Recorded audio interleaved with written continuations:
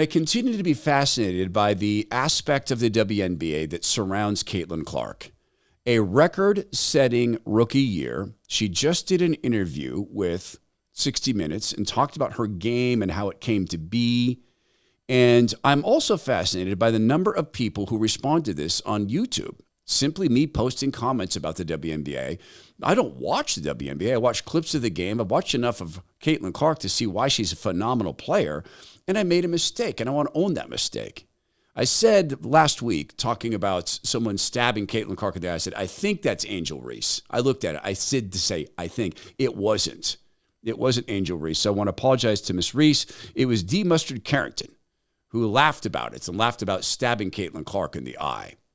A friend of mine named Matt really follows the WNBA. He's a basketball guy, loves basketball. And he says that Caitlyn Clark gives out as good as she gets, that she can be as physical as anybody.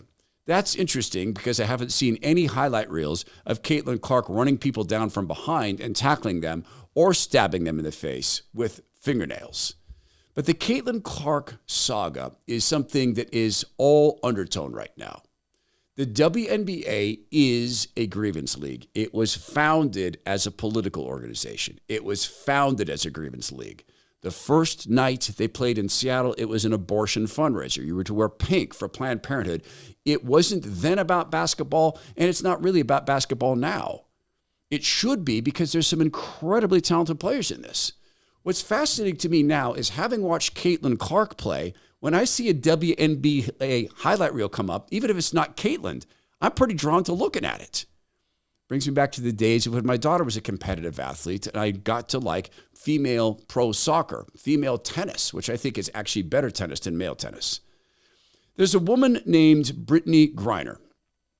And there's a lot of people who, and I'll just say it because it's common knowledge, they question that phrase, that woman named Brittany Griner. That's a question in some people's minds. I don't know.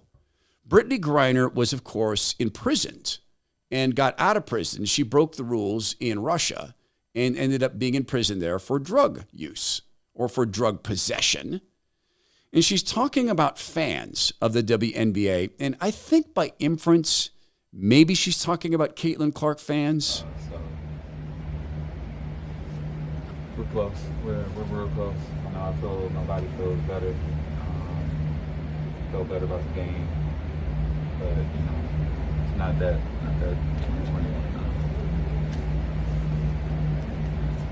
How do you feel about what has happened over the past year with the W since you first came in to where it is now? And obviously the game has grown and people there's new fans, but how do you appreciate the new fans without all the noise that's coming? I don't appreciate the new fans that sit there and yell racial slurs at myself, my teammates, and the people that I play against. Because those might be opponents, but those are friends too.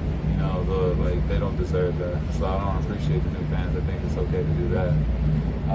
But I do appreciate the new fans that respect the game, that are here to grow our league. Bringing people that may not have ever watched the W, to a WNBA game so we can grow more fans. I do appreciate them. I appreciate the players that came in, and that are coming in with the spark that they have playing at the level that they're playing at. We need more players coming in. We do need more players coming in and people like Caitlyn Clark who can light up the league. Now, if there are people who are coming into an arena to yell racial slurs at black players, that's a tremendously disturbing sin problem. To hate your neighbor because of the hue of their skin, that's anti-Christ. No, legitimately, it's anti-Christ. In the Christian body, there's neither Greek nor Jew, no servant nor master. Remember that when God made mankind, it was good. He created everybody. He loves his creation. He wants us all to rejoin his family. My question is this, honestly. Where's the footage? Where is the cell phone footage of people doing this? We live at a time, and maybe it's a good thing, where if you say that in an arena, you're using an N-word for somebody, that you're going to be tossed from the arena. And you're going to be on video doing it. and you're going to be confronted. Now, again, I don't go to the games. That person plays in the games. And that person is experienced in ways that I can't claim to be, but I have media experience. The media salivates for opportunities to point out racism. I would think that some of the political activists who sometimes talk about sports on ESPN would want to take footage of this and blow it up, particularly if they could connect it to Caitlyn Clark. Because ESPN pretended that there was a close contest between Angel Reese and Caitlyn Clark for Rookie of the Year, and it was only a pretense. Out of like 12 or 15 stats they track, Angel Reese beat Caitlyn Clark in one of them. If this is going on, it should be stopped. If it's going on, it should be on camera. It reminds me of something political.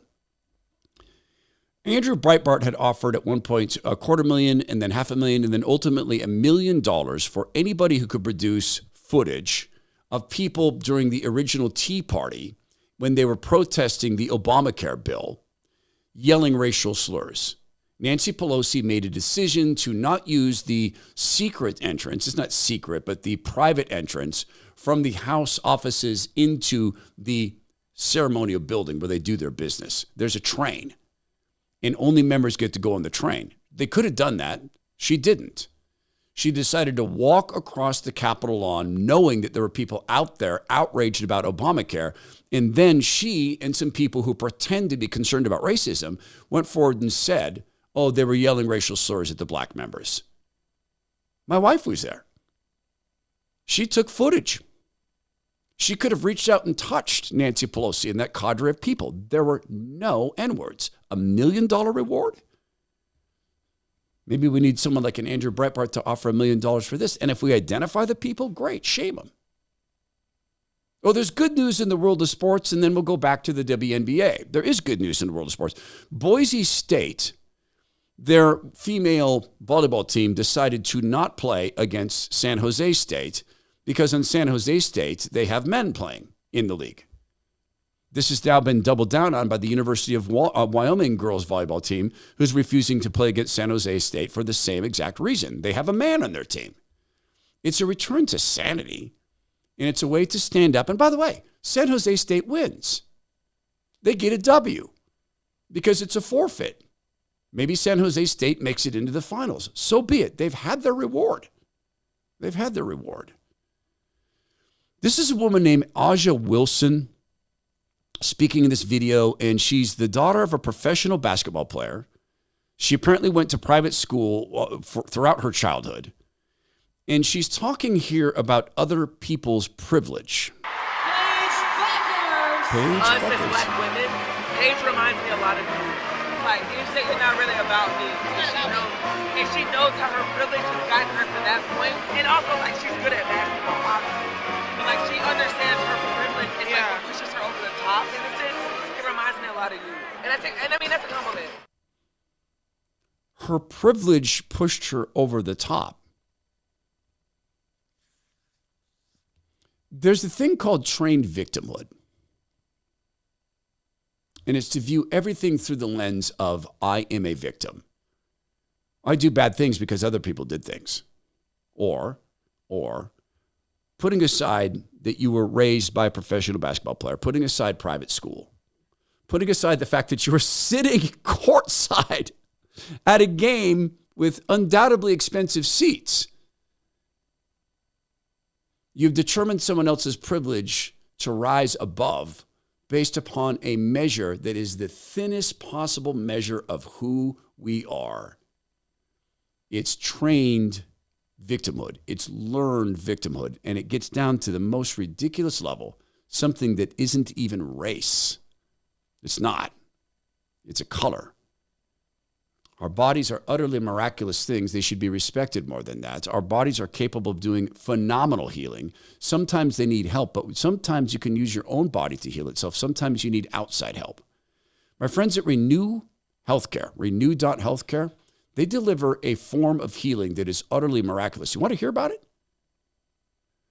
It's called stem cells. These things beam with building energy. And in the case of Renew, they never do anything related to abortion to get the stem cells. It's only placentas and umbilical cords, period. That's it. When these enter your body, they fight inflammation. I've done this twice. I've been the recipient of it twice. One was about 8 days after shoulder surgery. When they gave me the stem cells that morning, I woke up and forgot which arm had been cut open 8 days earlier because it fought the inflammation. Then it goes about building things in your body. See, these stem cells, they're building cells. They're teaming with this energy. They just don't know what to build because they've not been assigned a role. So when they're injected in your body in the right way, in the right place, they'll build what needs to be built. In my case, tendon, muscle, shoulder tissue. It works with cartilage. I've seen people who went into Renew in wheelchairs through a neurological injury, in this case, a horse riding accident, walk out a couple weeks later. If you're being told it's pills or surgery for you for the rest of your life, please don't buy that. Please go to renew.healthcare. That's RENUE.healthcare. Tell them you are a member of the podcast show family or the radio show family or the YouTube family, the Todd Herman Show. The ways our bodies heal ourselves is another thing we can do to reflect upon the work of God to heal our souls. If there really are people going to these games and they really are saying these things to their players, one of the things they should remember is that on that basketball floor, a lot of those ladies are daughters of God. If you were an idiot, a phenomenal fool, and you were willing to walk up to a dad who is with his kids, his little beautiful babies, and you were willing to walk up and let the disgusting N-word pour forth from your mouth towards his kids, would you be surprised when you took the world's greatest physical beatdown? You would have invited it. You'd be wearing a sign that says, please beat my face in. Well, God's not going to beat your face in. But when you speak words like that to his daughters, I can't imagine God's not counting that as a sin against you, a sin against you. And furthermore, a way to separate yourself from God. You may not mean it that way, but that's what happens. Sin separates us from God. And eventually, you've been separate long enough that you're going to get the shock of your eternal existence. Well, I'm a Christian man, and I go to church, and I go 1.8 times a month, and I read the Bible. Sure, I use the N-word because they're N-words. You'll sit down in front of God, kneel on Judgment Day, and the Lord's going to say, well, wait, I don't know you. Well, hold on. I went to church. I prayed in your name. I baptized my kids. Yeah, but you were so far away from me. You didn't want a relationship with me. I don't know you. Get away from me, evildoer. And in that point, the decision's been made. Whether this is happening or not is important. If it's not happening, then Brittany Griner is lying. If it is happening, then we need footage of it. And we also need to offer repentance rather than just punishment or ousting from society, a reflection upon why we don't do these things.